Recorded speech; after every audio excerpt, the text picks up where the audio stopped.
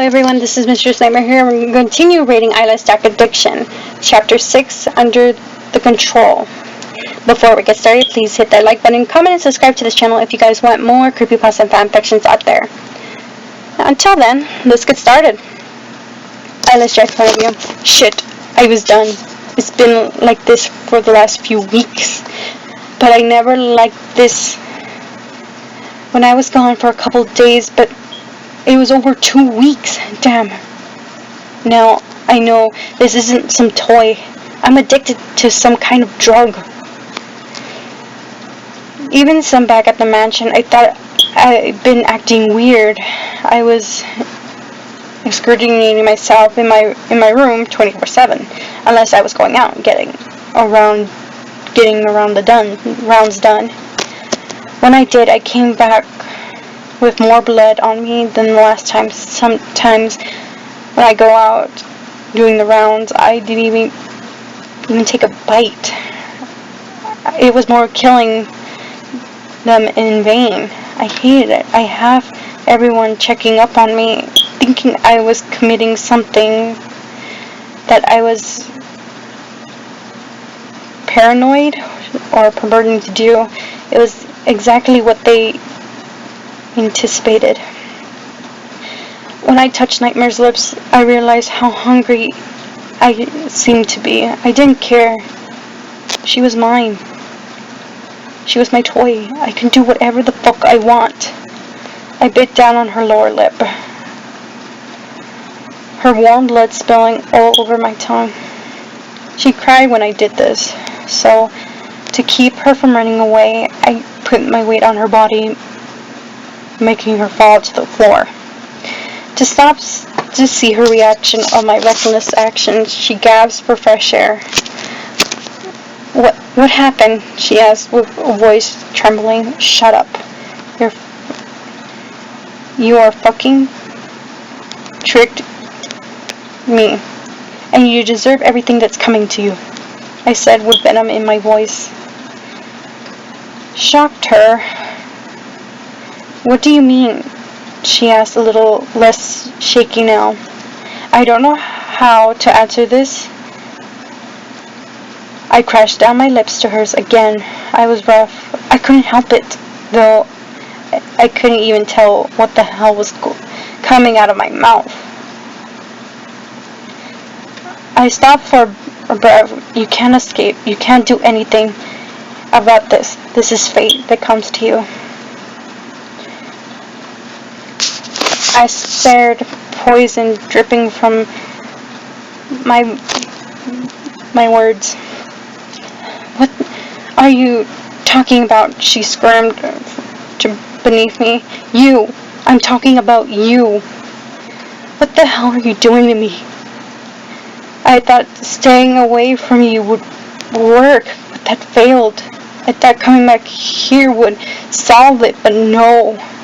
It just made me want you 10 times more.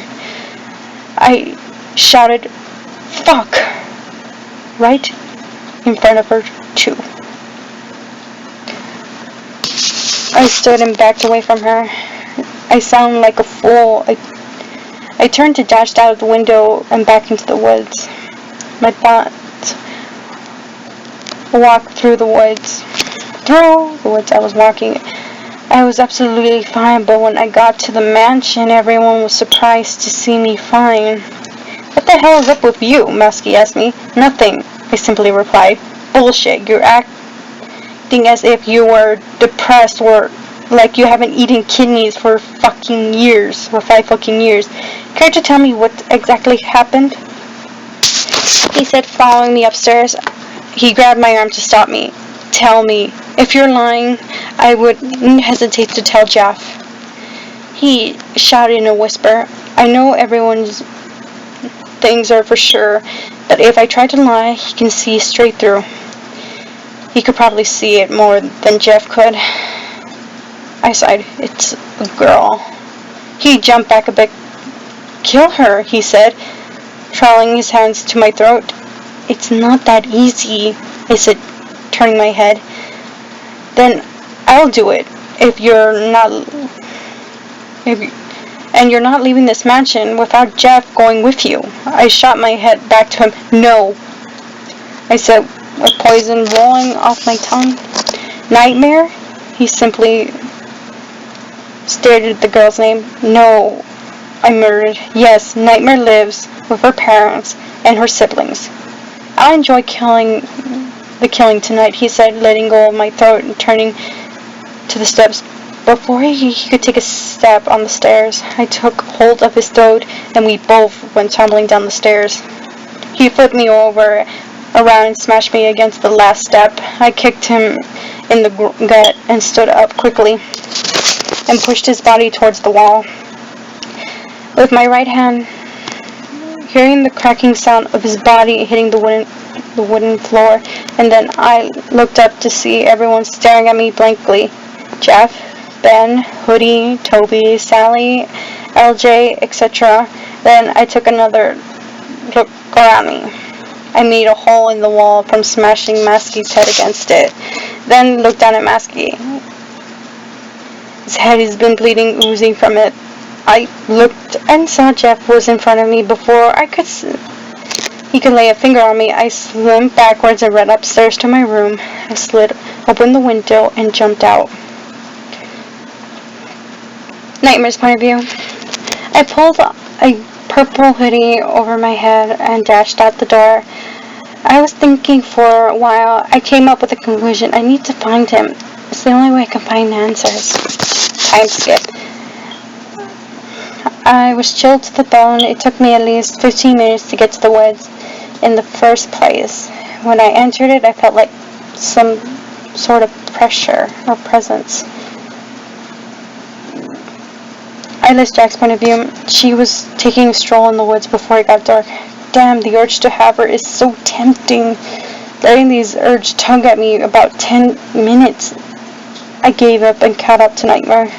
I pushed her against the tree and touched her lips softly with mine.